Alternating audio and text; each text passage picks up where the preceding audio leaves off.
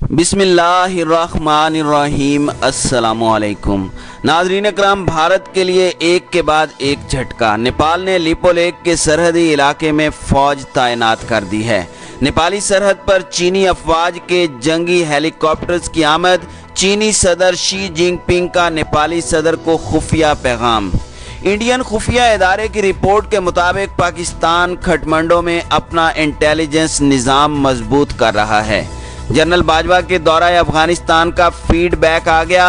अफगानिस्तान ने 2 मुबैना भारतीय दहशतगर्द गुरुद्वारा हमले के इल्ज़ाम में गिरफ्तार कर लिए। जबकि वीडियो के आखिर में आपको बताएंगे कि भारतीय मीडिया ने राहुल गांधी को ISI का एजेंट करार दे दिया। नाज़रीन अकराम, भारत को झटके पर झटका लग रहा है। पहले वादी गुलवान में चीनी फौजियों के हाथों बड़ी हजीमत का सामना करना पड़ा, तो उसके बाद रूस और अमेरिका ने भारत की मदद करने से इनकार किया। चीन ने वादी गुलवान के अलावा अरुणाचल प्रदेश के कुछ इलाके पर भी कब्जा किया और अब नेपाल ने लिपोलेक के सरहदी इलाके में फौज तैनात कर दी है। भारतीय मीडिया की रिपोर्ट्स के मुताबिक आर्जी तौर पर लगाए गए कैंपों में नेपाल के फौजियों को देखा जा सकता है। ऐसा इस इलाके में पहली बार देखने में आया है। इससे कबल नेपाल की पार्लियामेंट ने नए नक्शे में लिपोलेक के इलाके को नेपाल का इलाका करार दे दिया। इसके अलावा एक मकामी रिहायशी ने इंडिया टुडे टीवी को बताया कि नेपाली फौज ने एक हफ्ता कबल काला पानी से 40 किलोमीटर पहले मलबार नामी जगह पर एक चौकी भी तामीर की थी और एहलकारों को वहां हेलीकॉप्टर्स के जरिए लाया गया।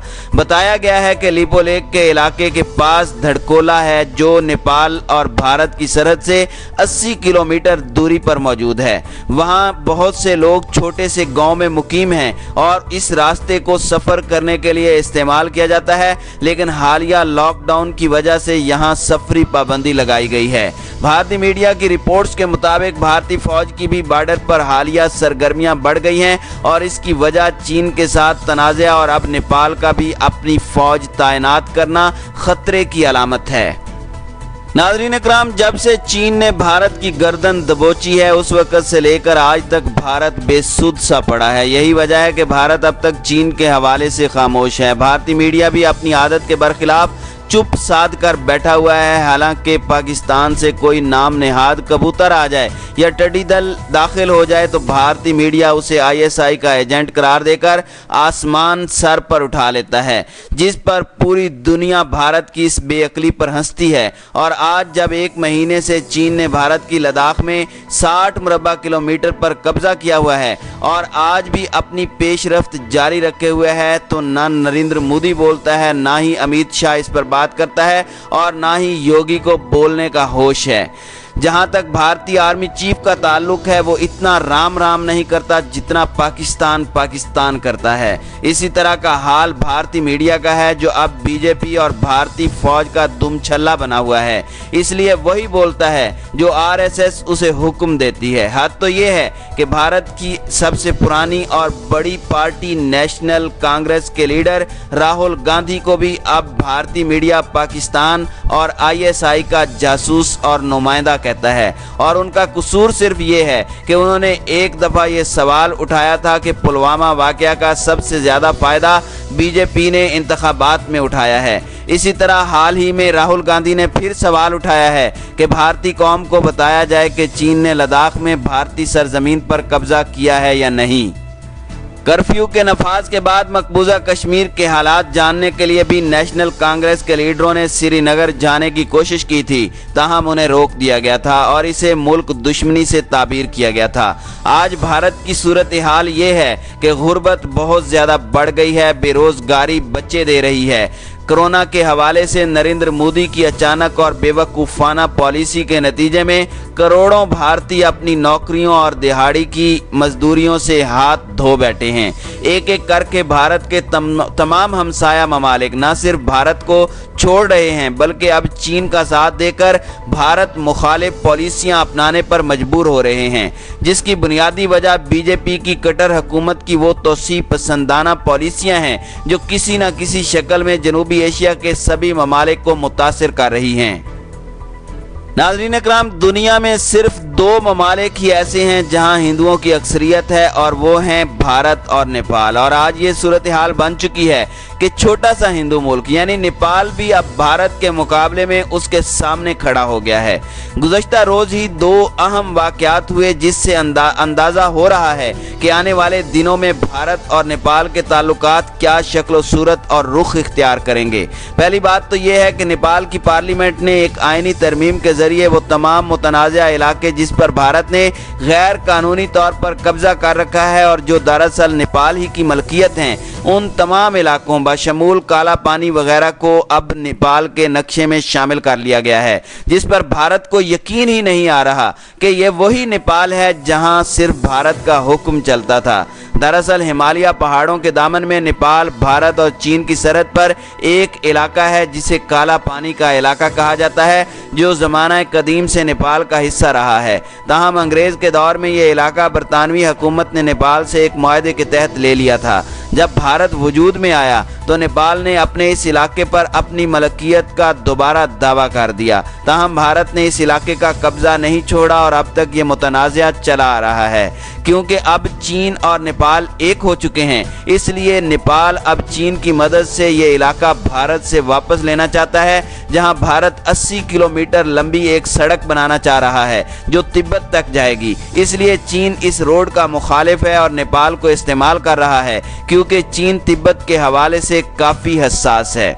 नाज़रीन इकराम, दूसरा अहम वाक़या ये हुआ कि अगले रोज़ नेपाली पुलिस ने भारतीयों पर सीतामढ़ी के इलाके में गोली चलाई है, जिससे 5 भारतीय जख्मी हुए हैं और 1 मारा गया है। क्या कोई सोच सकता है कि एक छोटा सा और कमज़ोर मुल्क नेपाल भारतीयों पर गोली चलाकर उन्हें जख्मी या मार सकता है? लेकिन 70 साल की भारतीय कौमी तारीख में ये वाक़या भी पूरी दुनिया ने अपनी आंखों से देखा है। तो इसका मतलब क्या है? यही ना कि नेपाल ये सब कुछ चीन की आशीर्वाद और मदद से कर रहा है।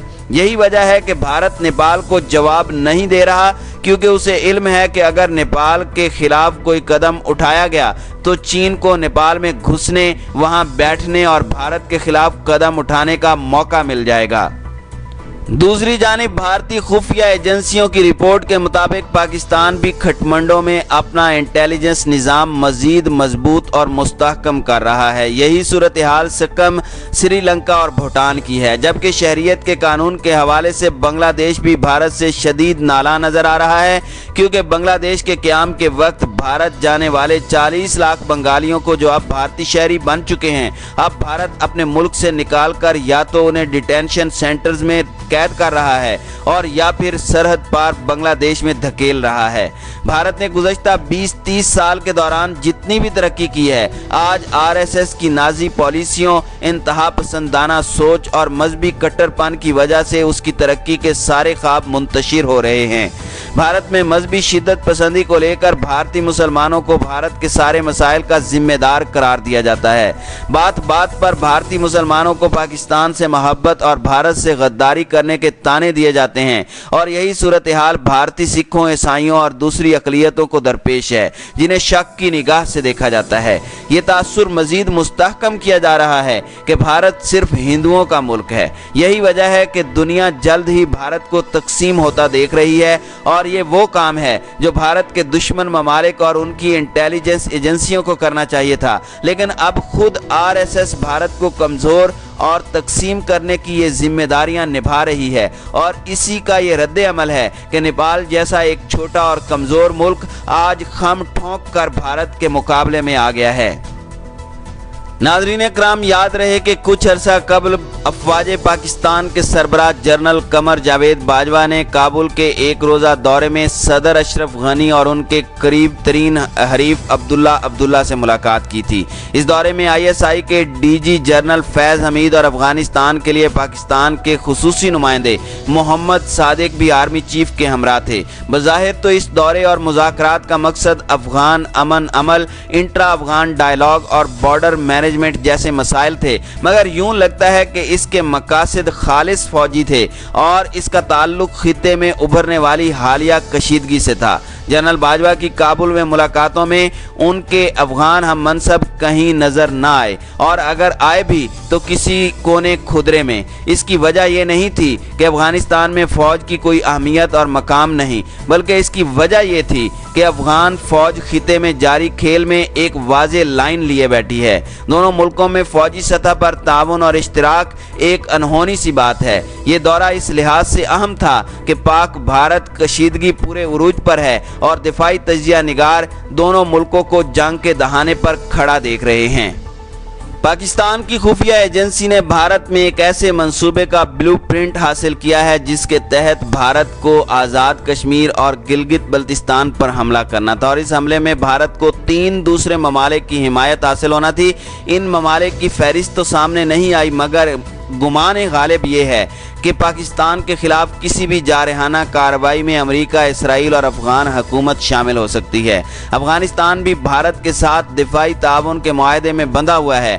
पाकिस्तान और भारत की जंग में जिन 2 मुल्कों का किरदार अहम हो जाता है उनमें चीन और अफगानिस्तान शामिल हैं। अफगानिस्तान एक तवील पाकिस्तानी सरहद को गर्म रख कर पाकिस्तान के लिए शदीद मुश्किलात पैदा कर सकता है। शायद अफगानिस्तान का यही पोटेंशियल भारत के लिए इस सरजमीन को पुरकशिश बना रहा है।